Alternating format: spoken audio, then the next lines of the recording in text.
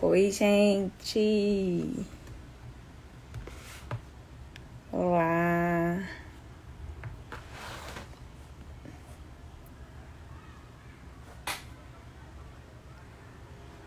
Animados? Ela entrou. Polly tá aí. Vou chamar a Polly agora.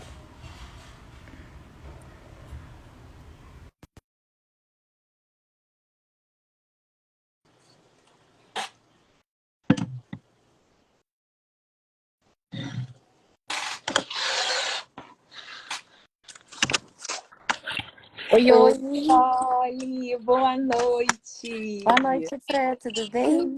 Tudo Eu não vi que você tinha bem? aberto a live. Eu tinha mandado uma mensagem pra você agora. Eu falei, meu Deus, deixa eu correr. Tá Não, me entrei ouvindo só um bem? pouquinho. Toda assim. Entrei só um pouquinho atrasada, mas entrei. Mas então Estamos vamos firmes lá. depois do Que bom, final de um dia intenso. verdade. Nossa, um dia final do ano, né? Tá todo mundo Falo que assim, cansativo, nossa correndo vida. contra o tempo, né? Pra terminar as avaliações, os atendimentos. A gente está correndo e a nossa cognição, funções executivas já está assim, ó. Tá tendo uma queda aqui. Mas muito obrigada por Sim. ter aceitar o convite. É muito bom, assim. Eu amo as suas postagens, eu amo a sua verdade ali postada. Acho que não tem nenhum post que eu não me identifico. Eu acho que as pessoas aí também, né? Porque Obrigada, Fran. é muito. Eu falo assim que esse lugar, assim, eu penso muito na verdade, né? E quando a gente fala de superdotação, a gente está falando de essência, né? A gente está falando daquilo que vem do coração, né? Então, eu espero que esse momento seja um momento assim que muitas vidas sejam tocadas. Eu vou me emocionar muitas vezes, porque falar de camuflagem é lembrar da minha história, né? É lembrar e também o quanto eu vejo isso dentro da avaliação, né? E você também, né, Paulo, assim, é uma coisa e o peso disso, eu vejo isso na escola também. Então, isso é uma das coisas que eu falo assim, gente, eu não quero essas crianças sendo invisíveis, eu não quero esses adolescentes sendo invisíveis no mundo. E falar de invisibilidade é falar de dor, né? É falar de Uhum. peso, é falar de realmente assim um sofrimento invisível, uma luta invisível. Então, Uhum. eu te agradeço porque não ia existir alguém tão linda para estar trocando aqui, conversando, falando. E eu queria que você se apresentasse, Polly. Fale aí sobre você, quem é você. Você tá me ouvindo bem, Fran? Tô Tá me assim. ouvindo? Eu que agradeço, né, pela oportunidade, por você ter lembrado de mim, né, para estar aqui com você. É um prazer estar aqui com você, né, com todo mundo que está aqui ao vivo, nos assistindo. Eu vi que tem várias mensagens de carinho ali, né, de algumas pessoas. É um grande prazer, né, mesmo nesse final de ano, né, todo mundo cansado, a gente está aqui, né, porque a gente quer é, que que esses conhecimentos, né, cheguem às pessoas, né? Então, para me apresentar, eu trabalho aqui em Curitiba, né? Atualmente eu trabalho na Cognos, aqui em Curitiba, atendendo hoje mais adultos superdotados, né? Mas eu já atendi aí muitas crianças, adolescentes superdotados, e hoje o meu foco é maior aí na superdotação no adulto, tá? E acho que você falou, né, da identificação, eu acho que a gente acaba se esquecendo, né, de um monte de características, né, de aspectos aí dessa condição. E eu gosto muito de dizer que é um iceberg, né, tão grande que a gente só vê a pontinha, né, lá a ansiedade, o burnout, né, a sobrecarga, né, algum aspecto ali da cognição que está sendo ressaltado. E tudo que está embaixo desse iceberg ainda continua sendo esse iceberg, né? Eu até teve um dia que eu falei, né, para uma criança que falei assim, você é um iceberg bem profundo, né?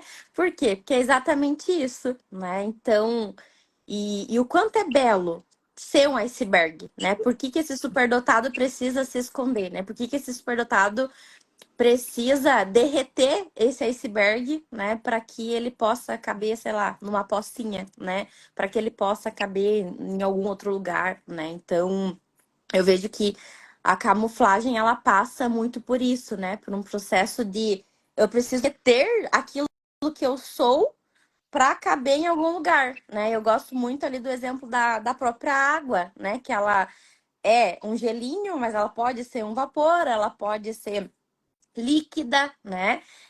Não que a gente vai, né? O superdotado ali vai ser algo sólido, né? Uma coisa só, porque até antes eu tava tomando banho e tava pensando nisso, né? Até hoje eu não atendi nenhum superdotado igual, né? Por mais Eu que sejam também não, eu irmãos. também não.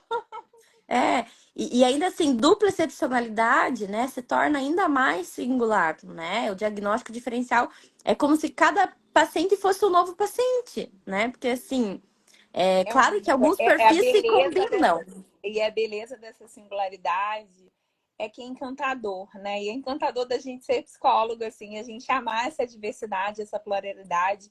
E assim, na superdotação, como você falou, né? Eu gostei muito que você falou agora, essa questão do iceberg, né? E essa profundidade, cada um tem uma dimensão, cada um tem um tamanho.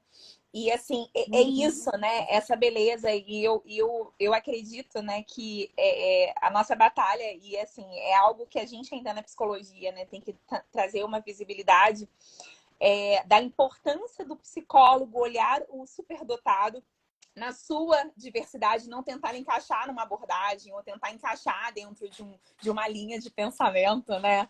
Ó, você tem que se ajustar ali, né? E eu lembro que antes de entender o meu funcionamento, né, eu questionava isso dentro do meu processo como paciente, né?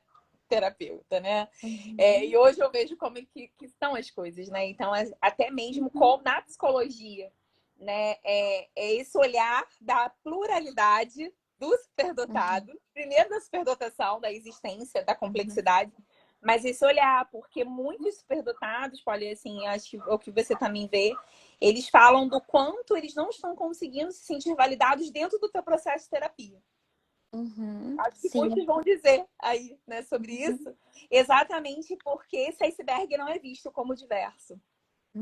Exatamente, Fran. Eu acho que, né, como você falou assim de aspecto pessoal, eu me recordo também que quando eu comecei a fazer terapia, né, quando eu fui aí buscar um processo terapêutico, era aquele dilema, né? Nossa, você tem que descansar, porque olha só quanto é importante o descanso. É só descansar, é só parar a sua mente, não produz nada, né? Você não pode. Na época eu Cara, estava na é faculdade, pra né? natureza.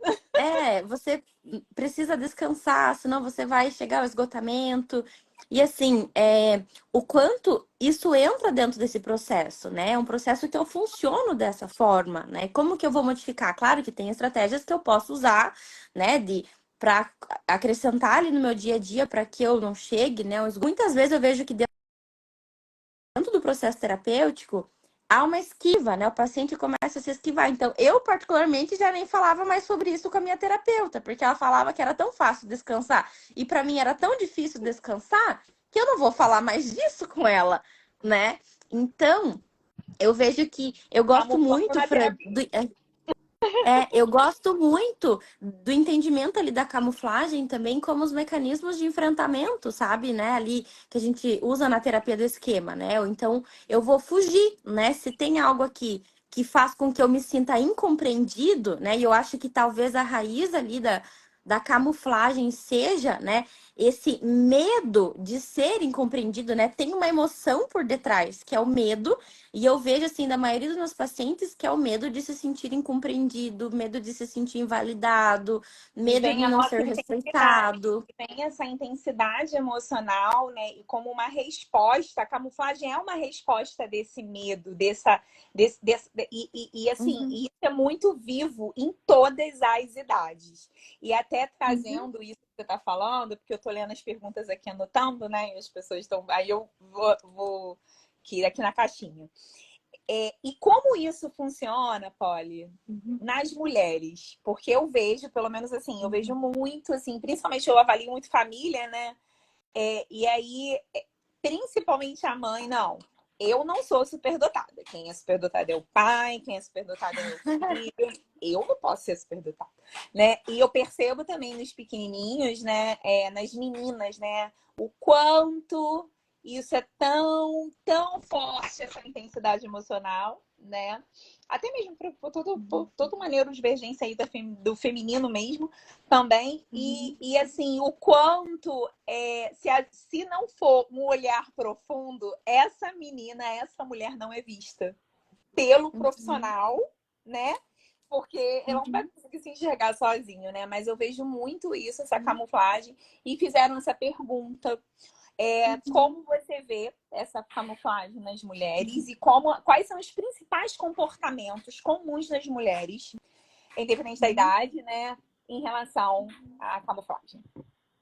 Eu acho, Fran, que na questão assim das mulheres, a gente acaba sendo atravessado, né, por uma questão até cultural, né, e social aí, né, do lugar da mulher dentro, né, desse contexto sociocultural que a gente está inserido, né, e daquilo que a gente, né, aprende, dos valores, né, conforme eles vão sendo repetidos. Então, acho que também o aspecto da camuflagem perspassa, claro que né, isso tem mudado, né, nas gerações aí mais jovens, mas eu vejo que ali as gerações antes de 2000, né, tem ainda mais de forma exacerbada essa camuflagem, né, até porque geralmente elas chegam lá agora, né, com 40, 35, né, anos para buscar avaliação, né, e eu vejo assim que muito ali desse aspecto da camuflagem, ela vai para um lado mais da submissão, sabe? De um lado mais assim, né, passivo, né? Então, eu não era tão evidente meu rendimento na escola, né? Mas eu passava despercebida, né? Eu fazia o mínimo possível, né, para ninguém me notar, né? Então, assim, eu não gastava tanto esforço, mas eu também não empregava tanto esforço, né, ali na escola. Então,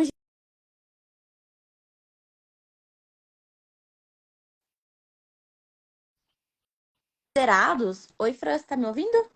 Não sei se é o meu que tá. É eu que travei ou é você? Oi, aí eu não sei, Oi. só sei que eu voltei. Eu tô te ouvindo Tá. agora. Eu vejo assim também, Fran, que muitas vezes elas vão frear o comportamento, né? E aí a gente pode pensar que a gente é atravessada, né? Por isso, porque tem comportamentos que meninos podem fazer e meninas não fazem, né? E a gente aprende isso. Então eu vejo que a menina, muitas vezes, ela freia muito mais esse comportamento dela, né? Ali. E isso faz com que ela tenha muitas vezes um desempenho dentro da média, né? E a partir assim da percepção da família e dela, né? Porque às vezes a gente vai avaliar um potencial intelectual super acima da média, né? É o que Mas eu não foi vejo. notado aquilo, né? Então eu vejo que nas meninas aparece muito, né, desse mecanismo mais de se resignar, né, de ficar mais passiva ali naquelas interações, né?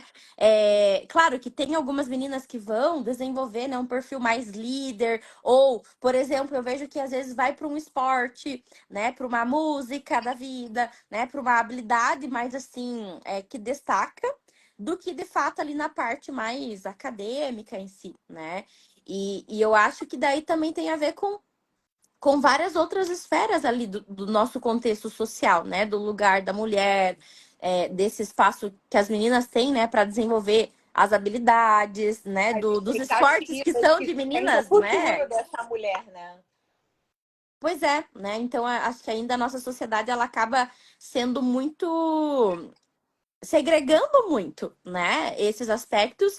E essa segregação com certeza boicota, né? Então, por exemplo, uma menina que gosta de jogar futebol, vamos pensar nisso, né? É uma menina que vai ter possibilidade, talvez, né? Hoje, sim, mas uma menina que gostava de jogar futebol em 1970 e 90, né? Era uma menina que com certeza ia sofrer ali grandes incompreensões por esse gosto dela. E aí ela não ia querer jogar futebol, né? Ela ia passar o dia assistindo televisão. Eu acho que um princípio muito legal da gente falar aqui, Fran, é o princípio da sobrevivência, né? A gente só esconde para sobreviver, né? A gente age, pensa e se comporta nesse mundo para sobreviver, né? Então, A camuflagem, ela, em algum momento da vida, ela foi protetiva, né? Por mais que ela escondeu as minhas habilidades ali, né? Eu poderia, até eu vejo assim, entram num luto, né? Depois ali da avaliação, né? Nossa, o que, Sim. que poderia ter mudado na minha vida se eu soubesse disso antes, né? Por que, que eu me escondi tanto? E só que em muitos momentos, né? Essa camuflagem, eu esconder as minhas habilidades, eu esconder os meus talentos, eu esconder aquilo que eu tenho, talvez, de especial, né? Ou de sensibilidade, ou de, né, de um aspecto ali que eu tenho dentro das minhas altas habilidades, isso era perigoso, né? Então a gente volta a falar do medo. Se é perigoso, eu tenho medo, né? E aí, quando vem o medo, é uma emoção instintiva, né? A gente pode pensar ali nos mecanismos. Eu paraliso, eu sempre gosto de falar assim: o que que você faria se você escutasse agora um barulho estrondoso vindo, né, sei lá, bem pertinho de você? Cada um ia ter um mecanismo, né? Tem uns que iam lá sair correndo para ver, né, curiosos, para ver o que está acontecendo aqui, né? Que barulho foi esse? Outros iam fechar a porta, sair correndo, né? Outros iam ficar paralisados sem saber o que fazer. Outros vão continuar lá no computador, como se nada tivesse acontecido, né? Então é muito individual também esses mecanismos, né, Fran? E assim, é muito importante esse assunto, porque o ambiente, ele tem um fator muito importante de encorajamento, né? E Uhum, principalmente o ambiente familiar, né? E isso é uma coisa muito importante até quando a gente fala de criança. A gente fala. É por isso que eu gosto muito de piadas, porque quando todo mundo se conhece ali, né, entender o seu funcionamento, né, tem um sentimento reforçado de pertencimento, né, porque eles vão ali se conectar, se enxergar, né, se lançar juntos, né. Eu tenho visto isso de uma lindeza, né, quando as famílias elas e o próprio casal, uma relação do casal mesmo, né, quando eles conhecem seus funcionamentos e o quanto isso é importante para respeitar também as diferenças, porque existem essas discrepâncias aí, né? Cognitivas, emocionais, de personalidade. E isso é algo muito lindo. E assim, uma das coisas que eu queria que você também falasse, que eu acho que as pessoas uhum, conhecem muito pouco da terapia de esquema, essa lindeza que a gente ama. Faz todo sentido, falo assim, faz todo uhum, sentido. E assim, acho que muitas pessoas aqui, elas, inclusive, se fala muito, né? Ah, não, é, busca TCC, as pessoas conhecem muito TCC e tal, né? Terapia cognitivo-comportamental, que não sabe. Mas a terapia de esquema, gente, é um outro olhar, né? Ele vem aí também, né, dentro da linha, mas é uma outra linha, que ela vem com uma outra uhum. amplitude. E quando a gente fala de camuflagem, a gente vê muito esses modos de enfrentamento, esses esquemas muito vivos, né? E eu queria que você Sim. falasse um pouquinho para as pessoas o que é terapia de esquema, o que isso Uhum. contribui para a intervenção na superdotação e no processo de camuflagem. Uhum, sim, posso sim, Fran. A terapia de esquema, pessoal, né? Ela é uma abordagem da psicologia, né? Assim como a TCC, como a psicanálise, né? Que é mais conhecida aí tradicionalmente por todos, né? Que vai compreender, né? Ali o ser humano, né? Então, cada uma é como se fosse uma filosofia, né? Que vai ter o entendimento de como esse funciona, como esse ser humano ele funciona, né? Dentro da terapia do esquema nós entendemos, né, que ali as relações precoces, né, então as relações primitivas desse sujeito, desse bebezinho, dessa criancinha, elas são muito importantes, né? Então, e é a partir dali, né, que a gente vai pensando que ela vai formando apegos, que ela vai formando pensamentos, que ela vai formando sentimentos, né? E elaborando as suas próprias vivências. E claro, né, nós, todos que estamos aqui, com certeza, né, tivemos aí algumas faltas dentro desse contexto que a gente nasceu, né? Então a pessoa pode nascer no lugar mais top do mundo, mais rico do mundo, ela vai sentir algum tipo de falta, né? Algum tipo de necessidade, pode ser que não seja suprida. E aí a terapia de esquema ela vai trazer para gente que tem 5 necessidades básicas, né? Assim como comer, tomar água, dormir. tá? Tem 5 necessidades básicas que são fundamentais para nossa sobrevivência. Quais são elas? A gente ter um apego seguro, né? Que seria o quê? Ter em quem confiar, ter alguém para contar, né? Ter alguém para, se eu precisar dessa pessoa, eu sei que ela vai estar ali, eu ter essa sensação de estabilidade, né, dentro de um relacionamento ali, e isso se estabelece entre a relação de pai, mãe ou de criança e cuidador, né, que pode ser a avó, que pode ser o tio, que pode ser, né, alguém que ocupou ali essa função para essa criança.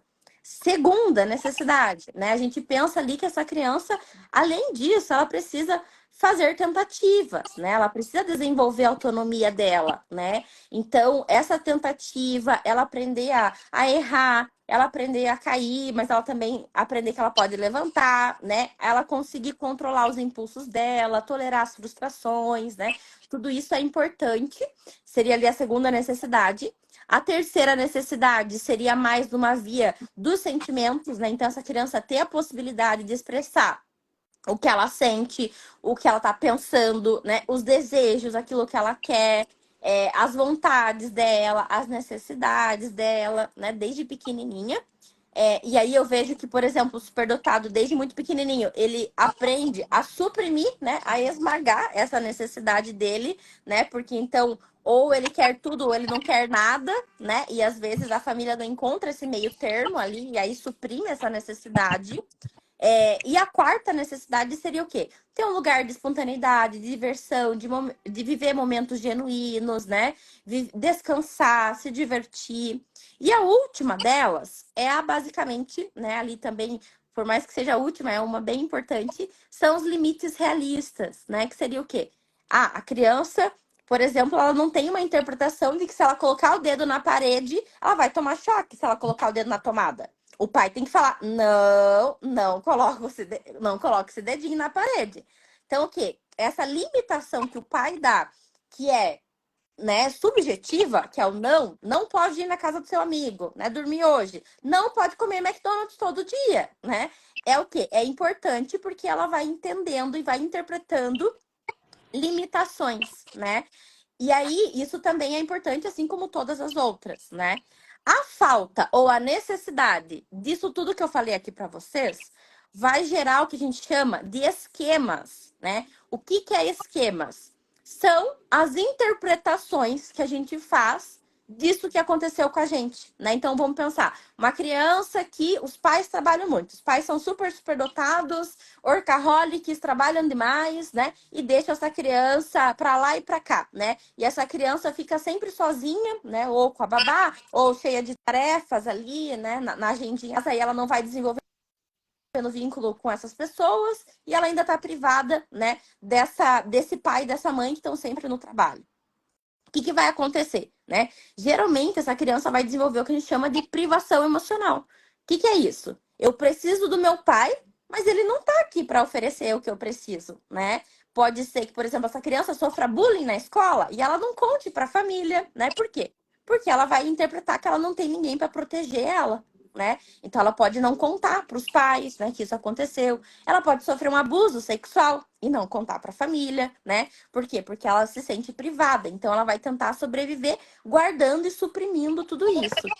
Isso aí vai ser um dos esquemas, né? A gente tem lá 18 esquemas que vão, né, esmiuçar todo o funcionamento da personalidade, né? Então, também muito comum, além da privação emocional, que eu acho que, classicamente, né, é um que mais aparece na superdotação, o segundo que mais aparece, eu vejo que é a defectividade, né, Fran? Que basicamente é o quê? Eu me senti defeituoso, eu me senti inadequado, eu me senti, né, desajustado, E que eu isso é tenho um um recurso problema. muito grande para camuflagem, né? E até Sim, mesmo processo mesmo da própria depressão, né? E ansiedade e essa questão do próprio estresse, né? Porque se coloca em situações para provar para si mesma e vem um autoperfeccionismo aí, de perfeccionismo disfuncional, reforçando também esse esquema e fica num ciclo, num emaranhado em si mesmo. uhum. Eu acho que esses fatores já são complexos desde muito pequenininho, né? Então, é exatamente isso, né? Porque eu sinto que as expressões dos meus amigos fazem assim, né? Quando eu levanto a mão para fazer, né, perguntar para a professora e todo mundo fica tipo, ai, ou faz uma expressão facial de um olha para o outro, eu já interpretei aquilo, o que que eu vou fazer? Eu vou ter uma interpretação. Nossa, meu comportamento não foi legal aqui. Eu não vou fazer mais isso, né? Por quê? Porque aí a gente entra no princípio lá da análise do comportamento, né? Se a gente for pensar lá nos primeiros experimentos, né, da análise ali do behaviorismo, de colocar os ratinhos, né? Coloca a barrinha, apertou a barra, levou choque, não vou apertar mais a barra. Por que que eu vou ficar apertando a barra para levar choque, né? Se eu aperto a barra e ganho um biscoito, eu vou ficar apertando a barra toda vez que eu sentir fome. Da mesma forma, é o ser humano, da mesma forma, é o superdotado também, né? E acho que esse choque, né, que a gente está falando aqui, né, ali do rato, pode vir por várias questões, né? Pode vir por não compreensão, pode vir por situações de exclusão, pode vir por falta de enriquecimento, né, na sala de aula, se sentir entendido, né, na sala de aula. Pode ser porque, de fato, né, tá privado emocionalmente, esses pais estão lá, né, pensando na necessidade deles e essa criança tá jogada para lá e para cá, né? Ou outras situações, né, de violência que esteja acontecendo, ou de algum tipo de abuso que tenha acontecido, né? Então, eu acho que é igual você falou, né? São muitas variáveis que podem influenciar e todas elas estão funcionando como uma fábrica, né, Fran? É como se cuidar do superdotado é igual cuidar de uma fábrica, né?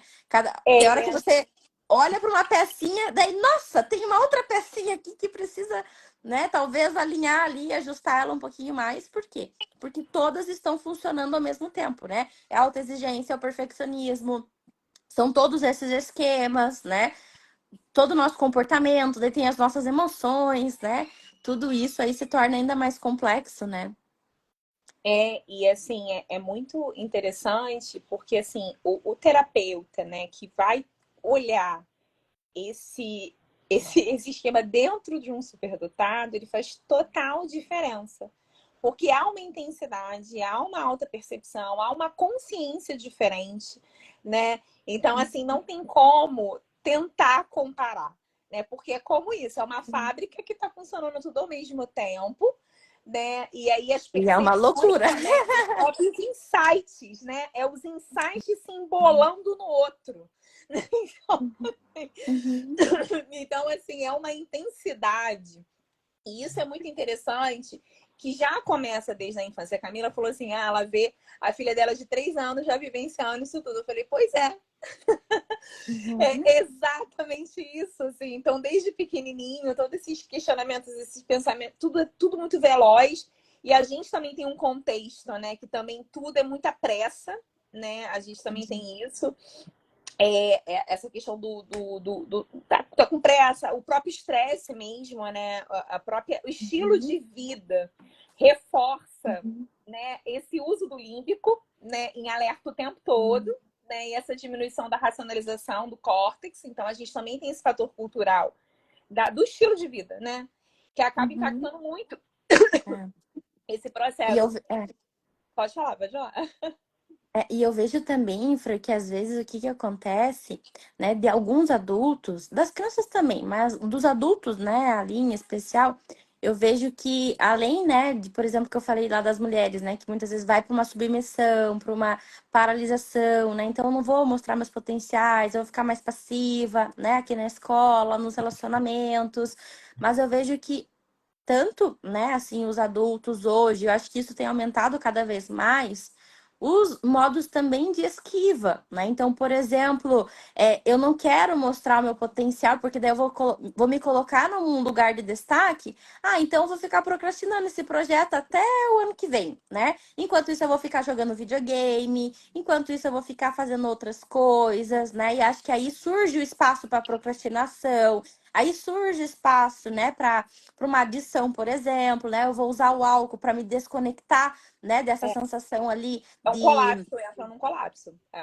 Exatamente, né? Eu uso o álcool, eu uso a maconha, eu uso, né, o cigarro como modos de autoalívio para que eu não me conecte com essas emoções. Daí surge como é como se fosse uma marretada na cabeça do medo, né? Eu tô E com medo. eu E tenho daí vai visto lá e dá muito uma. isso, nas avaliações eu tenho É. visto muito isso nas crianças, já com esse modo esquiva. E assim, Uhum. me preocupa, porque assim, os psicólogos, eles não estão conseguindo acessar isso, porque vem em forma de comportamento, né? E eles sabem esquivar de uma forma muito inteligente. Então, se o terapeuta ele não tiver uma visão mais profunda desse iceberg, né, não vai dentro dessa emoção. Essa semana eu estava com um que eu fiz uma metáfora. Eu peguei um balão de gás e eu falei, ó, você sente essa emoção, eu peguei um negócio para furar. Exatamente assim, eu tô tocando nessa emoção e você tá sentindo assim esse medo de estourar, né? E aí foi muito legal que dentro do processo, né, eu trazendo isso para ele, do que eu estava enxergando dentro dele, ele começou a falar o nome da emoção. Eu falei, então, tá tudo bem. E aí eu comecei a falar de mim, que isso é muito lindo na terapia de esquema, né? A gente poder realmente, como terapeuta, né, falar também da nossa história e conectar com essa emoção do outro, né? Essa questão da própria empatia. E foi lindo, né? Um menino de 6 anos. E aí depois ele já foi ali, depois ele conseguiu tocar aquela emoção. E eu falei, dói mesmo, ó, dentro de mim é a mesma coisa, né? E a gente vê isso desde as crianças, vê no adulto. E aquilo que evita, ele vem. Ele vem, ele vem. Então, isso é muito comum, eu também vejo isso, né? É muito vivo desde os pequenininhos. E assim, eles são muito inteligentes na forma de esquivar. Não é uma coisa tão escancarada. E assim, é uma coisa muito interessante que eu queria trazer uma polêmica aqui. Às vezes, essa esquiva apresenta com tanta intensidade comportamental que às vezes o avaliador, quando não entende do funcionamento do superdotado, coloca num transtorno opositor desafiador. Né? Então, assim, isso é muito importante ser falado, que muitas vezes isso pode estar tão camuflado, tudo isso, que pode aparecer sintomas e comportamentos semelhantes a alguns transtornos que não são transtornos. E esse olhar profundo do esquema é muito importante dentro da avaliação, não é?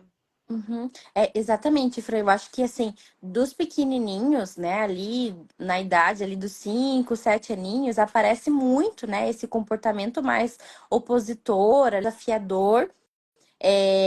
E isso, com certeza, né, é um mecanismo ali de camuflagem também, né? Porque daí, por exemplo, a gente não consegue ver, às vezes a superdotação tá lá escondida, né? Porque ele tá compensando, ele tá fazendo o contrário, né? Por exemplo, eu vejo assim que muitas vezes eles querem amigos, eles querem ter alguém para confiar, mas eles não sabem, né? Daí eles hostilizam os amigos, eles né, se opõem ali, são rebeldes com a professora, né? Tem comportamentos às vezes agressivos, né? E faz totalmente ao Rígido. contrário do que eles precisam e do que eles, né, estão necessitando naquele momento. E os adultos, eu vejo assim que até, por exemplo, né, desse mecanismo que você falou, né, que na terapia do esquema a gente lê isso como protetor desligado, né? Quando o paciente é aquele paciente que, nossa, nunca tem assunto, né? Tá tudo bem? Não, tá tudo bem. Como foi sua semana? Tá, foi ótima, né? E pronto, acabou. Se esse paciente te falar assim, né? Se o seu esposo te falar isso, se sua, né, esposa falar isso, com certeza ela tá no protetor desligado, né? Que seria o quê? Eu tô desconectado, né? E eu vejo também que além, né, daí não só no adulto, mas nas crianças, às vezes esse mecanismo protetor desligado torna eles tão indiferente, tão apático, que parece que tem uma dificuldade, né, ali muito relacionada à comunicação, à interação social, né? E muitos são confundidos aí como dentro também de uma dupla excepcionalidade do autismo, só que é totalmente assim uma apatia, né, de uma desconexão com o outro, uma sensação de indiferença se a água sobe ou desce, né? Então, assim, eu vejo que nas crianças e nos adultos, muitas vezes também tem esse mecanismo, né? E daí corre também o risco lá de diagnosticar com uma dupla, né, Fran? Não sei se você concorda comigo. Concordo total, e por isso que é uma linha muito tênue. E isso não é É. negando a dupla personalidade, por favor, gente, porque ela existe, ela é real. Só que quando a gente fala sobre esse processo, né, emocional, formação da personalidade, quando a gente fala da superdotação, a gente está falando além dos desempenhos de testes, a gente está falando de um funcionamento aí muito complexo, né? Por isso essa live, porque a camuflagem, ela não é só você esconder uma habilidade, esconder quem você é. E isso gera um impacto, um buraco, né? Ela gera uma cratera nesse ser humano, né? Porque cada um nasceu para ser o que é, né? Então, assim, a gente Uhum. tem uma influência social, né, de ajustamento, né, de um padrão, e o superdotado, ele anseia ser, né, ele anseia ser autêntico, né, é a Uhum. essência. E aí, assim, é muito gritante que eu vejo dentro do processo isso, né, é como se algo dentro dele quisesse sair, mas ao mesmo tempo o medo, né, como foi falado, Uhum. é muito vivo. E, assim, esse sofrimento, né? A Uhum. camuflagem, ele é um sinal de sofrimento, né? Ele não é algo que... E por isso que vem algumas discussões que eu acho muito importante também, a gente falar da importância da família encarar esse luto desse filho neurodivergente, sabe? Porque às vezes existe uma fala que eu quero polemizar aqui, porque eu sou dessas. Por que contar para criança, para adolescente? Para quê? Sim. Para quê? Hoje eu ouvi disso, eu ouvi exatamente essa pergunta, né, de uma adulta, né? Antes de começar o processo terapêutico, a gente terminou a anamnese dela e a gente ia começar os testes, e ela falou assim: "Pra quê? Né? Por que que a minha neuro me mandou aqui para fazer esse teste? O que que vai mudar na minha vida isso, né?" E aí eu falei para ela, olha, pode ser, né, que com o que a gente obtiver aqui de resultado, a gente consiga verificar, né, se tem uma dupla excepcionalidade, se é superdotação, se você precisa de algum atendimento diferente do que você está fazendo atualmente, se você precisa de um outro atendimento, né, farmacológico. Então, eu sempre friso para os meus pacientes, para todo mundo que me pergunta, que é basicamente o que eu, né, coloco aí na testa de terapia de esquema, para atender as minhas necessidades individuais, né? Para isso que eu preciso de avaliação, né? Para isso que eu preciso contar para o meu filho, para que ele consiga se defender, para que ele consiga buscar, né, consiga comunicar que ele está entediado para a professora perceber que ele está entediado, né? Porque se ele ficar lá na carteira desenhando, ninguém vai. Se ele não comunicar o que ele tá sentindo, né? Ninguém vai perceber. Às vezes, pode ser que percebam, né? Mas muitos passam pela escola inteira e não são percebidos, né? Então eu vejo que. E existe também, que eu acho que é importante também, assim, uma outra fala que eu ouço, tá tudo bem em casa, né? A camuflagem, ela É. pode acontecer também dentro de casa, Uhum. né? Porque às É vezes exatamente isso. isso é muito importante. Tá tudo bem, não tá acontecendo nada. Geralmente, os pais buscam avaliação quando tá dando PT Tá em lindo, casa. né? Não tem nada Ou de, quando a de errado, escola né? fala. E quando não dá PT? Quando não dá dificuldade? Quando tá nem na escola e nem em casa? Tá tudo bem? Não tá tudo bem. E Uhum. nem sempre tá tudo bem. Então, isso tá tudo bem. Ele é muito perigoso. Uhum. Exatamente. E aí eu sempre falo, olha, a gente tem que olhar com olhar de prevenção e a gente tem que olhar de ação, né? Uhum. Então, assim, a gente tem que prevenir e a gente tem que agir. Agir nessa Uhum. formação de identidade, nesse prazer de ser, né? É de cultivar uma planta, né? Não é esperar acontecer o balde derramar, ter um sintoma mais Uhum. grave. Né? No Uhum. momento de ser um neurodivergente já exige, sim, uma complexidade. Então, assim, é muito interessante que geralmente a busca para entender o funcionamento é quando há algum tipo de implosão e explosão é, dentro de casa ou fora. E às vezes a criança está bem em casa e, assim, há uma comodidade, porque não está dando Uhum. trabalho. Mas a conta chega Uhum. mais tarde. Uhum. É, exatamente. E eu vejo também que às vezes, né, tem uma negação ali, né, de encarar essa nova realidade ou sair dessa zona de conforto, né? Ai, por que que eu vou fazer, né, essa solicitação lá de um enriquecimento para criança? Nossa, que trabalho que vai dar fazer esse documento, correr atrás de um profissional. Então, às vezes, tipo, eu vejo que muitas famílias, porque aí assim, as famílias que eu atendo aqui, Fran, né, geralmente assim, não 100%, né, mas a maioria delas, eu vejo que os pais, por serem também superdotados, geralmente estão muito ligados com o aspecto do trabalho, das necessidades deles, né, de desenvolverem as habilidades, os potenciais deles. E aí não querem trabalho, né? Não querem assumir essa responsabilidade, querem que o terapeuta apague incêndio quando o incêndio surge, né? Não querem pensar em estratégias de prevenção do incêndio, né? Então, eu vejo que isso ocorre bastante aqui, né? Nesse sentido de buscar só a hora que o negócio tá pegando fogo, e daí o psicólogo tem que ir lá, né? Acha que o psicólogo é bombeiro para apagar incêndio, né? Mas às vezes não ter assiduidade, né? Ali o acompanhamento, ou de fato, né, ficar na esquiva de que tá tudo bem, que não tem nenhum problema, que tá tudo lindo, maravilhoso, né? E aí isso surge lá um problema, e às vezes até é difícil, né? Porque às vezes eu sinto também que para eles, né, encarar essa realidade que às vezes, né, precisa de algum tipo de acompanhamento, ou, né, que alguma coisa tá errada nesse funcionamento, ou tem alguma pecinha ali que, né, precisa ajustar, eu sinto que eles fogem, né? Às vezes eles acabam até saindo do acompanhamento terapêutico, né? Quando você dá um limite ali de forma né, adequada a esse pai ou essa mãe, eu sinto que também para eles às vezes é difícil, né? Porque daí eles também usam modos de esquiva, né? Então eu vejo isso aqui pelos que eu atendo aqui, sabe? Não sei se tem mais perguntinhas aqui. Tô vendo... Gente, não consigo acompanhar vocês. Não, eu tô olhando aqui assim. Eu também queria. Uma pergunta que fizeram em boxing, assim, né? Uhum. Fizeram a pergunta, né, que eu acho importante também isso ser falado: o impacto da camuflagem no processo de avaliação neuropsicológica. Uhum. Eles É, camuflam na avaliação? uhum.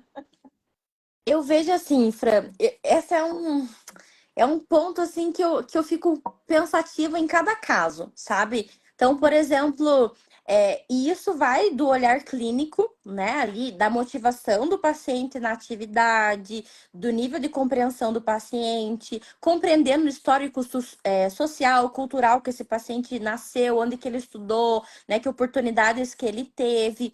Então, eu já vi, de fato, né, alguns pacientes ali camuflando essas habilidades, né, por algum aspecto de ansiedade, de ficar muito ansioso, né, e preocupado e se sentir pressionado ali na avaliação, que ele tem que ir bem, que não sei o quê. E isso, ele errar uma coisa de bobeira que talvez ele não erraria, né?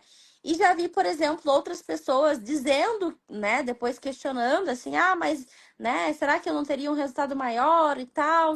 E eu perceber, né, que de fato, eu acho que talvez, né, entre ali um desvio padrão de, sei lá, 10 pontos, pode ser que, né, seria ali um pouquinho melhor esse rendimento, sabe? Mas eu não acho. Claro que depende muito do caso, né? Hoje eu trabalho só com adultos. Então, por exemplo, se é um caso de esgotamento, claro que vai ter um prejuízo, né? Mas eu sempre falo para eles, olha, esse prejuízo está sinalizando para a gente que tem algo de errado acontecendo, né? Que alguma mudança precisa acontecer. Seja iniciar Sim. um acompanhamento com um psiquiatra, seja buscar uma mudança no estilo de vida, seja qualquer outra coisa, né? Então é um sinalizador. Geralmente eu acabo não direcionando para a camuflagem, mas eu sempre falo, olha, esse é o seu rendimento no agora, né? Os fatos ali do que você me contou da sua história de vida, né? Talvez a gente pudesse ter outro resultado se você tivesse uma avaliação anteriormente. Como você não tem essa avaliação anteriormente, de 3, 5 anos atrás, eu recomendo que talvez daqui 2, 3 anos você refaça essa avaliação quando, né, esse quadro de burnout, esse quadro de ansiedade, né, já tenha ali sanado, para a gente te acompanhar longitudinalmente, né? Eu vejo isso muito nos idosos, sabe, Fran? Eu acabo pegando alguns idosos aqui com superdotação, né? E aí, assim, são idosos que vêm para processos às vezes, de demência, né? E aí, assim, você entendendo ali a história de vida do paciente, compreendendo com ele, com certeza tinha superdotação, né? Mas num processo de envelhecimento, tá hoje dentro de uma demência. E esse potencial intelectual, né, não tá mostrando mais, porque às vezes vai ter muito prejuízo amplo, né, na funcionalidade, uma demência vai ter prejuízos, né, tanto cognitivos quanto funcionais, perda de autonomia. Então, eu sinto que geralmente a gente precisa olhar essa necessidade de caso por caso. Pode ser que sim.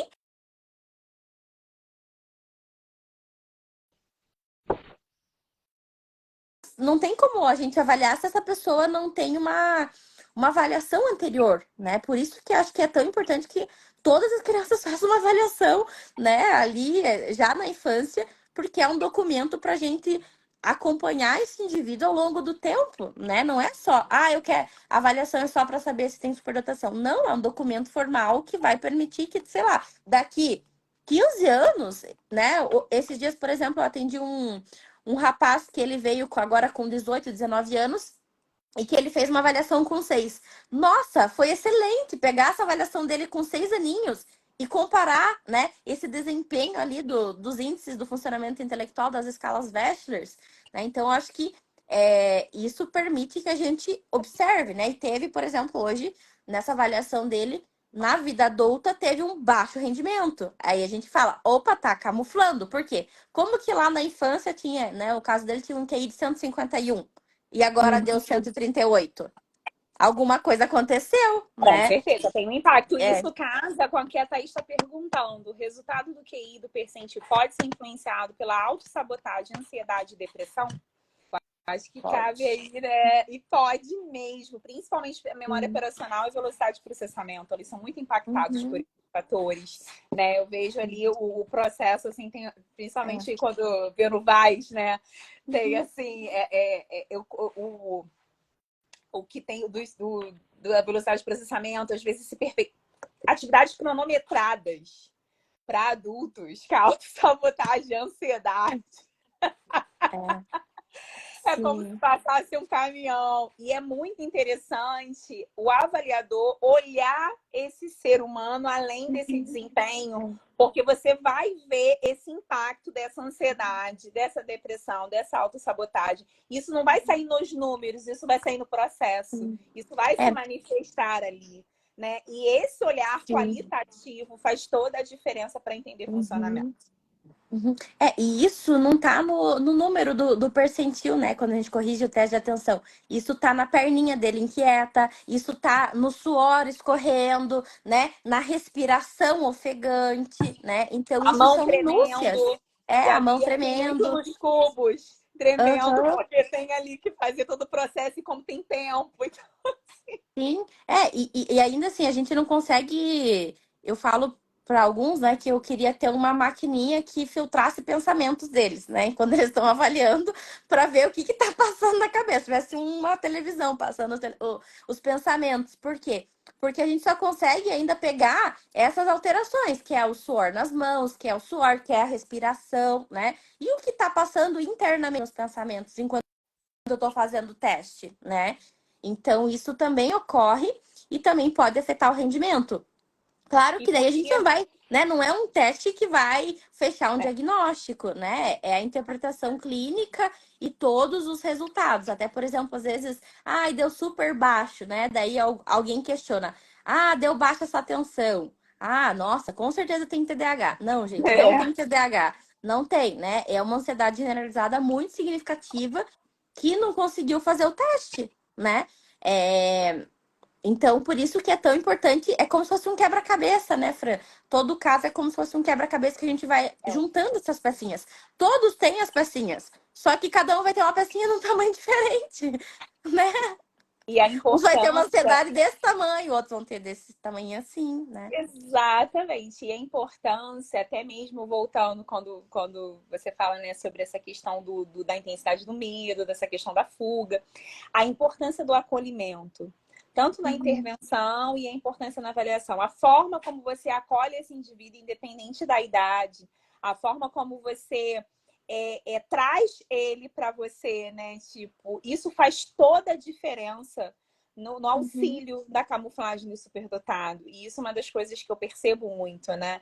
uhum, Eu como profissional e também superdotado, eu tento me conectar com aquele ser humano ali e mostrar para ele assim, eu tô vendo você. Eu sei que uhum, você é incrível, sabe? Independente do que você uhum, faz, eu sei. Né? E assim, eu vivi uma situação de uma menina de 3 anos que eu estava avaliando, que foi muito lindo. Estava fazendo som R e eu estava percebendo que ela estava com muito medo, então ela estava fazendo chute, né? Ela estava lá chutando. E aí eu consegui perceber que, na verdade, sim, ela sabia, mas ela estava com muito medo de errar. Muito medo. E aí uhum, eu falei assim: eu vou te mostrar uma coisa. E aí comecei a falar para ela: existe essa massinha aqui, ela vai representar um medo que está dentro do teu coração, que está muito grande. E toda vez que você se arriscar, vou dar uma martelada nesse medo. Porque a gente vai juntos a enfrentar esse medo. Olha, foi mágico. Falo mágico assim porque é lindo, né? Essas coisas que acontecem no processo da terapia. Ela foi vista e validada nessa emoção. Gente, ela foi na pontuação máxima. Olha aí. Assim, ela foi na pontuação máxima e ela dava martelada e ia, sabe? Ela ia fazendo enfrentamento. E eu fiquei vendo assim, sabe, Paula? Eu falei assim, gente, essa menina tá tendo um privilégio de tá com 3 anos, né? E esse olhar para ela, né? E o quanto na vida dela, né? O quanto. E aí chegou em casa, ela contou, e assim, ela virou a chave na avaliação. Depois desse tipo de intervenção, e tem momentos na avaliação que a gente tem que fazer uma intervenção para trazer esse paciente, né? Vamos aqui agora, né? A conexão, ela faz a diferença.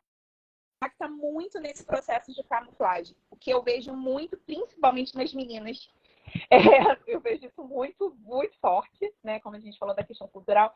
Mas esse é um exemplo que me emocionou muito, porque assim, foi muito rápido. Ela só precisava de alguém assim, estou vendo o seu medo. Eu tô vendo o seu medo. Eu tô vendo o seu medo de se arriscar. Mas eu tô aqui com você. Eu tô aqui. E eu acho que e isso, né, Fran, eu vejo assim que com os adultos, hoje eu não tenho pressa, né, para terminar a avaliação, né? Eu sempre falo para eles, ó, é uma média de 9 sessões, né? 9, 10 sessões, mas assim, pode variar. Porque às vezes, né, a gente precisa, para ver esse sujeito, né, compreender o sujeito, eu vou precisar de, sei lá, 4, 5 sessões só de entrevista para entender a história dele, todos os aspectos dele, né? Ou compreender essa família. Então, eu vejo que isso também é um fator que reduz a ansiedade, né? E isso possibilita também que tenha um vínculo entre o terapeuta e que esse indivíduo fale, nossa, isso aqui foi muito difícil, né? Nossa, esse foi o pior teste que eu fiz de todos, né? E que ele não tenha medo, né, de fato, ali de errar. Por quê? Porque ele tá seguro contigo naquela relação, né? Então, eu acho que isso é o mais importante. Por mais que a gente tá fazendo avaliação e não tá fazendo terapia, esse indivíduo se sentir seguro dentro desse contexto, né, é o mais importante. Por quê? Porque se der lá um percentil abaixo do esperado em vários testes, tá, o que a gente vai fazer com isso, né? Eu tô aqui com você, a gente vai buscar uma estratégia de resolver, né, essa dificuldade, essa necessidade tua. Então, isso também é desenvolvido a partir do vínculo, né? E com certeza exatamente o mesmo processo que os adultos precisam. Às vezes a gente precisa parar o teste porque vem à tona, por exemplo, já tive um paciente que no meio lá do teste de aritmética, ele se depara com uma voz crítica do pai dele cobrando a tabuada quando ele tinha não sei quantos anos. Isso Como que a gente vai acontece, continuar o teste? Isso Né? Como que a acontece. gente vai continuar o teste? Com aquela voz crítica exacerbada. Tem Não, como. vamos parar, vamos entender essa voz, né? Às vezes a gente nem consegue retomar naquela sessão. A gente tem que, né, fazer ali quase um processo de terapia daquela sessão para depois dar continuidade, né, nos testes. Então, eu acho que o vínculo, né, ele é muito significativo, né, nesse processo e é essencial, né, do terapeuta aí com o paciente que está sendo avaliado, né? Eu queria que você falasse também um pouquinho, que eu acho que isso é interessante, né? A própria questão do perfeccionismo, né? O impacto no perfeccionismo nessa questão da camuflagem, né? É algo assim gritante, né? Essa parece que o superdotado tem 2 pessoas dentro de si. Aquele que idealizou e aquele real, né? E é uma guerra, né? Acho que assim, os adultos aí que estão ouvindo, acho que devem se identificar. E assim, como que você vê isso, né, dos seus atendimentos, dentro da avaliação? Eu vejo muito isso, muito, muito vivo, assim, essa questão do impacto do perfeccionismo na camuflagem.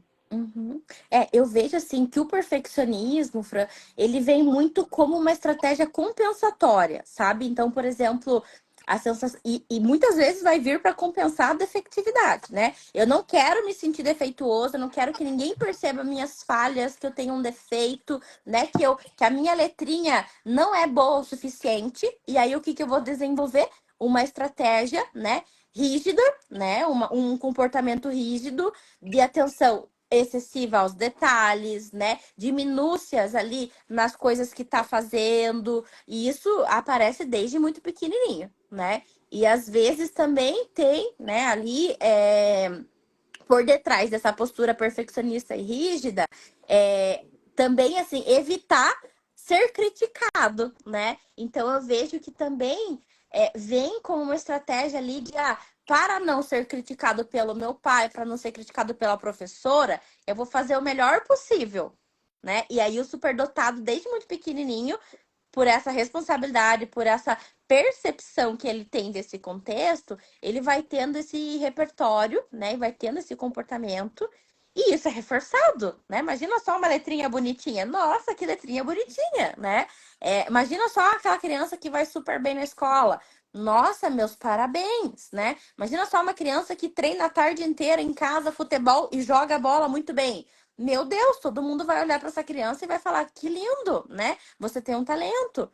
Então, isso é muito reforçado, né? Então, eu vejo que muitas vezes ela surge como uma estratégia compensatória de compensar a vergonha, né? De compensar a defectividade, de compensar a sensação de defeito ou de inadequação, que eu vou desenvolver uma postura, né? Até dentro da terapia do esquema, a gente entende o perfeccionismo entre lá os últimos domínios, é quase o último esquema, né? Por quê? Porque ele vem para compensar muitos outros, né? Ele não nasce por si só, ele vem para compensar, né? Então, e aí a gente chama de padrões inflexíveis barra postura rígida exagerada, né? Que seria basicamente esse padrão muito exagerado aos detalhes, e aí eu vejo que desde muito pequenininhos eles vão ter uma pressão pelo desempenho, né? E Uma essa pressão pressão interna muito gritante. é Uhum. uma pressão muito grande pelo desempenho, pela minha performance, né? Pelo rendimento, e não só o rendimento acadêmico, né? Mas o rendimento no geral, assim. E isso gera, né, ali, e aí, assim, é um ciclo sem fim, né? A gente não sabe o que nasce primeiro, né? Por quê? Porque daí tem o perfeccionismo, né? Que já aí nasce para compensar ali uma dificuldade, ou nasce ali para compensar uma sensação de vergonha, né? Só que isso acaba sendo muito reconhecido e muito reforçado socialmente, né? Por esse contexto. Por quê? Porque ninguém vai. Claro que se tiver um perfeccionismo muito exacerbado, patológico, vai ter prejuízos, né? Mas na maioria do desenvolvimento desse sujeito, a gente vai ver que o perfeccionismo ele foi favorável para o desenvolvimento e aprimoramento dessas habilidades, né? Então,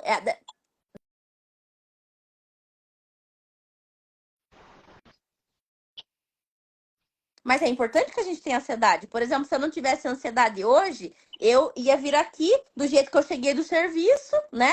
Talvez nem ia tomar um banho, nem ia secar meu cabelo. Eu ia estar, né? Eu ia fazer o meu melhor? Não ia. Pela ansiedade, o quê? Eu tomei banho, eu passei um batonzinho, eu me preparei, eu fiz ali um script do que talvez eu poderia falar que era legal. Então, pela minha ansiedade, né? Então, isso é positivo, assim como o perfeccionismo, né? Só que é uma faca de dois gumes, né? Ao mesmo tempo que ela me leva para um lugar muito bom, né? Ela me leva também para um lugar catastrófico, né? Que aí Sim. faz com que eu esconda, que daí, entrando na camuflagem, faz com que eu esconda meu potencial, né? Eu fico tanto, e aí isso é muito comum na superdotação. Por exemplo, já atendi um paciente que ele era escritor, né? E ele escrevia, ele tem muitas e muitas histórias, ilustrações desses livros, só que ele fica todos os dias aprimorando, aprimorando, aprimorando esse trabalho que ele nunca lançou o livro, né? Aí Por quê? fica. Você Porque eu acho que é um perfeccionismo paralisante daí, né? Que sim, não me leva e que daí, assim como a procrastinação, assim como a substância psicoativa, né? Ela me leva a um amortecimento, né? Uma paralisação, uma fuga, né? E aí eu fico ali naquele funil tentando sair daquilo, né? E não consigo. e o Então, como eu vejo. impacta também as próprias questões das relações sociais, né? É um tema também muito profundo da vulnerabilidade que o superdotado acaba tendo nessas relações abusivas também, né? Que isso é uma polêmica, na verdade, isso é só um outro tema de live, assim, nessas questões dos relacionamentos, né, gerais, assim, né? O quanto isso também precisa ser muito falado, né? Porque isso desde a infância, esse impacto dessa camuflagem, desse funcionamento, desses esquemas, desses modos, assim, o quanto isso impacta as relações, porque é a forma como se vê, né? E como enfrenta, né? Então, assim, como é importante a gente falar sobre esse funcionamento social, né? Porque é difícil ver quando você está ali dentro, né? E o quanto isso vai escorrendo dentro de você e esse sentimento de inadequação, como você pontuou muito bem, né? E o quanto às vezes vai buscando, né, essas relações, dependendo do perfil da personalidade, né? Tudo isso vai impactando e gerando mais adoecimento ainda, né? Porque as relações, elas acabam se retroalimentando, né? Então, assim, é algo também muito forte quando a gente fala no viés da camuflagem e esses relacionamentos sociais. E eu acho assim, Fran, que às vezes, pelo viés aí dos relacionamentos, né, eu vejo assim que muitas vezes eles passam atropelando, né, os relacionamentos, né, pela intensidade emocional, pela necessidade de estar constante, né, e é muito intenso dentro desse relacionamento, e aí às vezes o outro foge, né, o outro, né, desaparece porque eu sou muito intenso, né, e o outro não consegue preencher esse potinho da minha necessidade. Eu vejo que às vezes acaba se atropelando ali nesses relacionamentos.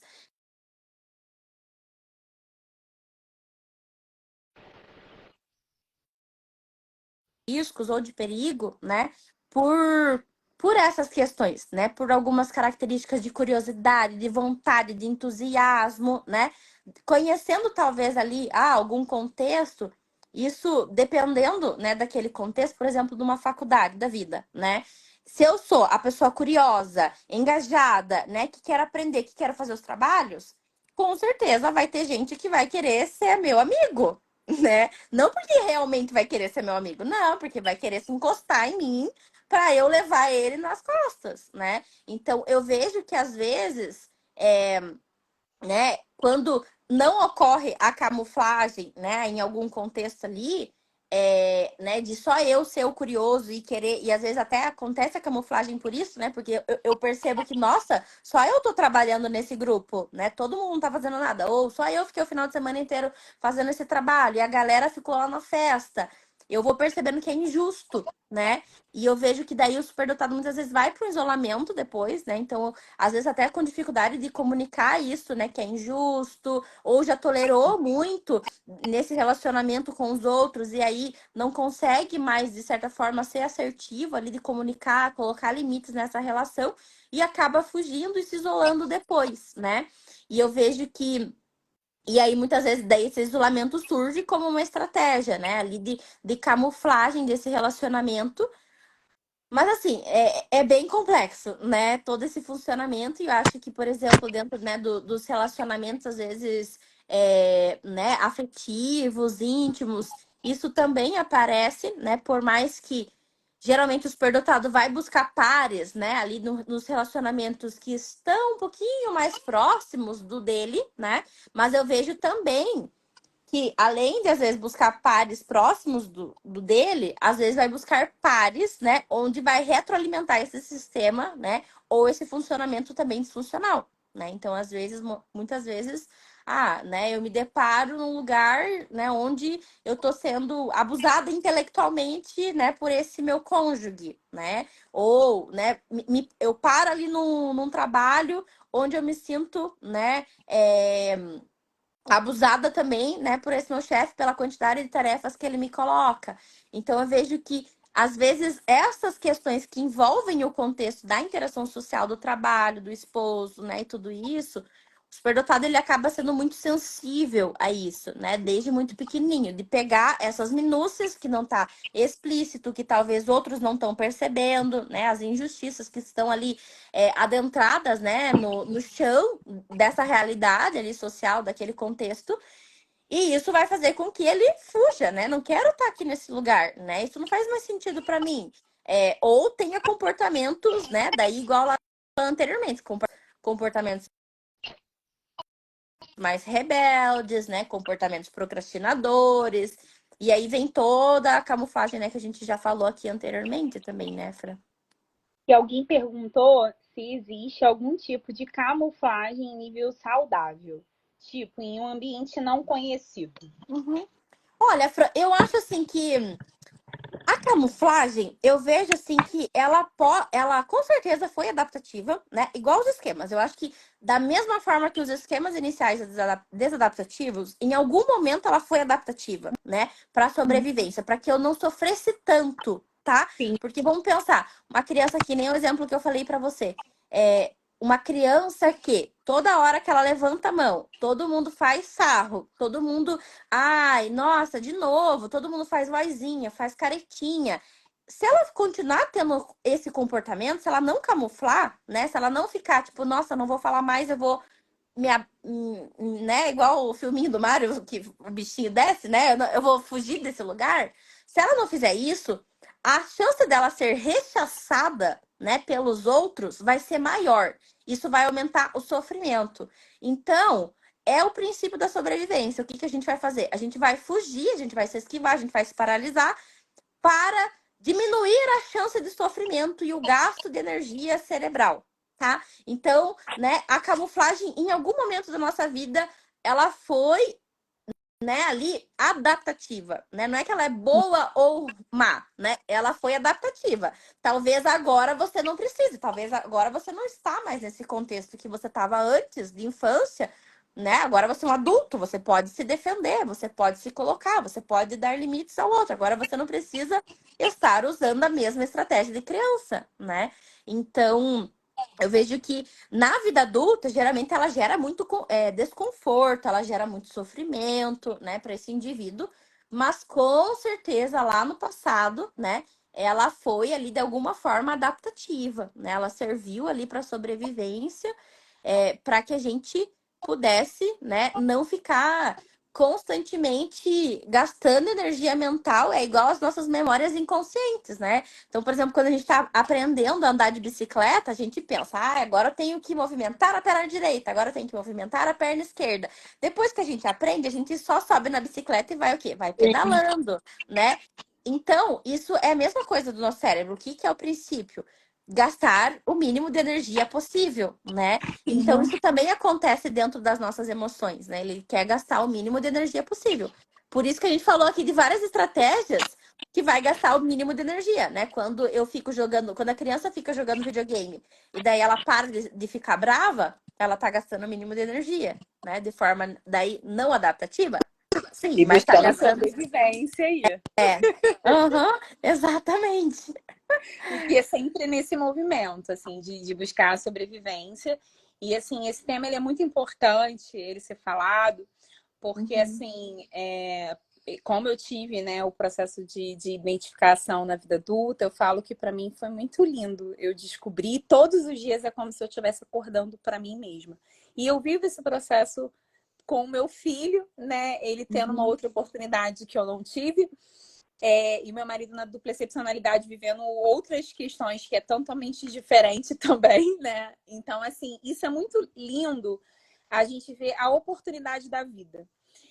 Independente da idade, você pode ser você, né? E você pode descobrir sobre você, né? Então, assim, a beleza de ser você, e voltando, né, do que você falou do iceberg, né? A beleza do seu iceberg, os buraquinhos do seu iceberg, né?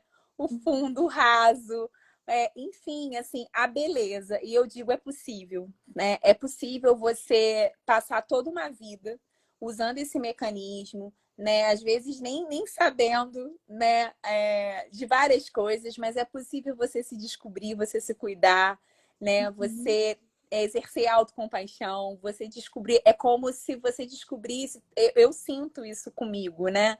Como pessoa, todos os dias eu tô acordando para mim mesma. Então, todos os dias estou descobrindo, estou tendo os insights. Uhum. E às vezes a gente pensa, a gente não vai chegar a essa reta final, sabe? É assim, é todo dia acordando.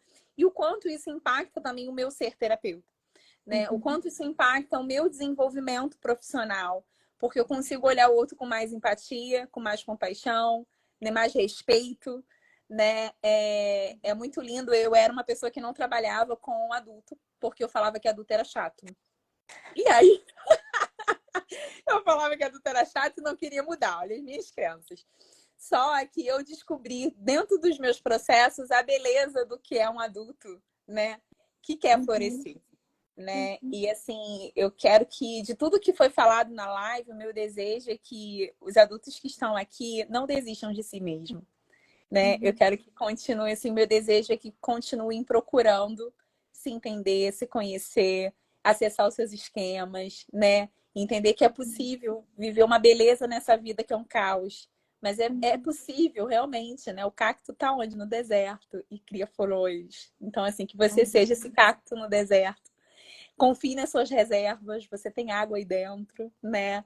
E existem profissionais incríveis e sensíveis como a Polly aí, que nos traz um benefício absurdo a cada post dela ali. Tem uma coisa que toca aqui dentro. É sobre isso, é sobre isso. Continue postando, Polly, assim, obrigada por você não se camuflar. Você postar, você Eu usar as tento redes sociais. controlar a minha intensidade para não atropelar vocês de posts.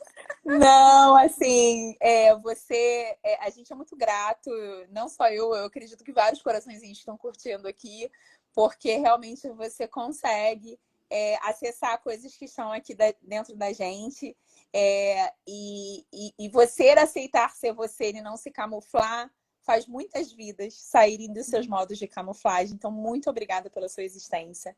Obrigada por você se permitir florescer e cuidar de tantas vidas aí, porque a internet ela pode ser uma pessoa, assim, um lugar de muitos frutos positivos, né? E você está fazendo muito bem. Ai, que legal, Fra. Obrigada. Gratidão. Fico muito agradecida e lisonjeada, né, pelas suas palavras. É, é um prazer, né, estar aqui com vocês, com todo mundo, compartilhar um pouquinho, né? Até minha terapeuta um dia falou assim, Poli, você já parou para pensar que você sua superdotação? Daí eu falei, como assim eu sua superdotação? Né? Porque, tipo, tudo que eu posto, né, são coisas que às vezes surgem da minha própria experiência, que surgem da minha experiência com meus pacientes, né? Então, eu tento, né, traduzir ali para algo que seja concreto, né? Mas que também possa, né, ajudar as pessoas, que possa fazer sentido para outras pessoas, né? E que todo mundo também possa compartilhar o seu lugar aqui nessa vida, né, Fran? Enquanto você estava falando, né, eu fiquei pensando aqui também assim que independente, né, ali do tamanho do iceberg que você seja, né, independente se você já teve que passar por temperaturas talvez adversas, né, e esse iceberg teve que derreter, né, então isso não modifica a substância real dele, né? Isso continua sendo a mesma substância, talvez ali num outro estado, né? Mas continua sendo a mesma substância. E eu vejo que às vezes também é esse o processo da terapia, né? Eu acho que dentro de processos terapêuticos, né? E com a galera, né, que tem umas pessoas aqui que estão no meu grupo, do meu curso, né? As pessoas que estão ali no Instagram, eu vejo que a gente se torna grandes companheiros, né? Uns dos outros, assim como terapeutas, né? Eu costumo pensar que tanto a minha terapeuta é minha companheira, né? Quanto os meus pacientes, eu quero ser companheiros deles, né? Eu não quero estar nesse lugar, né, de dizer sim ou não, mas quero estar nesse lugar de existir, né? Vai tá, é igual você falou, esse medo tá grande, então vamos dar uma martelada nesse medo para ele ficar um pouquinho menorzinho, né? E isso, né, é algo que a gente sente em cada momento, né, com cada paciente, né? E eu sinto o carinho de vocês, né, todos que estão aqui, todos que colocaram suas mensagens, as pessoas que mandam mensagem, né, pra gente, com certeza você recebe muita mensagem, acho que a admiração é recíproca, né? Eu vejo seus stories e fico, meu Deus, como que essa mulher, ela anda no Rio de Janeiro gravando stories, meu Deus, nessa Coragem, né? serenidade, nessa tranquilidade, eu aqui em Curitiba. Falo, meu Deus, com muita coragem, né? Eu acho que o que eu admiro bastante em você, Fra, também é a sua coragem, né? De expor tanto coisas polêmicas, mas também, né, verdades que muitos superdotados precisam engolir ao longo da vida, né? E que talvez nunca tiveram pensado que isso poderia ser uma outra possibilidade, né? E que quando a gente coloca lá num post, quando você traz ali no post, dá um reboliço em todo mundo, né? Meu Deus, a gente não tinha pensado nisso, né? E aí a gente vai criando nossas teorias, nossas ideias, né? E compartilhando isso com todo mundo. Isso é muito bonito. Obrigada também por sua existência. Acho que é muito bacana, né? O seu Porque como você Instagram, falou, suas né? Companheiros postagens. nessa jornada, e eu acho que é muito isso, né? A gente precisa. Há sim muitos desafios que a gente vive, né, nessa neurodivergência, mas também há uma beleza de conexões, e é sobre isso, né? Eu falo que eu só trago pessoas aqui para a live que eu vejo sentido e eu vejo verdade, né? E eu vi, senti. E assim, não é só o que você posta, porque muita gente posta um monte de coisa, mas assim, eu consegui olhar ali e ver assim, tem ali uma verdade ali dentro dela. Assim, tipo, ela, nossa, né? Que pena não mora aí. Mas, assim, muito obrigada por, assim, você logo aceitou e realmente é uma missão aí de conexão. Estou sentindo, assim, é como se todo mundo aí tivesse de mão dadas. E, assim, é nesse ano aí que vem, né? Todo mundo tá cansado agora em dezembro, mas, assim, é sobre isso, né? Vamos continuar a jornada e estamos juntos. Sim, exatamente. Tem até a Marina comentou aqui, para compartilhar com você rapidinho, né, pra gente fechar, que lá no grupo, né, onde eu trabalho ali com alguns superdotados, eles me apelidaram de Santa Poli, né? E isso foi muito engraçado, mas foi assim, de tamanho carinho, sabe? Quando começaram a me mandar várias figurinhas, me fizeram a figurinha da Disney, da Santa Poli, sabe? E assim, da legião de fiéis da Santa Poli. Aí teve alguém que colocou aqui agora, acho que a Marina colocou a Santa Poli. Ai, gente, é um carinho gigantesco, né? E isso faz com que a gente sinta ainda mais vontade, né, de estar aqui. E mesmo, né, que a gente tenha essas dificuldades, né? As famílias que fogem do acompanhamento, né? O que você postou hoje, né? Pessoas que chegam com senso de urgência, querendo algo para agora, né? Pessoas que também não respeitam o nosso espaço. Que a gente também continue firmes e fortes, né? Para que a gente possa enfrentar aí essas adversidades e continuar, né? Com o nosso intuito, né? Que acho que é muito do nosso senso de propósito aqui nas redes sociais, mas não só nas redes sociais, né? Mas o que a gente faz no dia a dia, no trabalho, na existência em si, né? Na vida. Obrigada, Muito Fran. obrigada, Adorei. obrigada, adorei Em essa breve a gente vai live. ter mais, né, gente? Né, Com Fran? certeza, com certeza. Um beijo, Um Polly. Um beijo, beijo. pessoal. Boa noite aí. Tchau, tchau.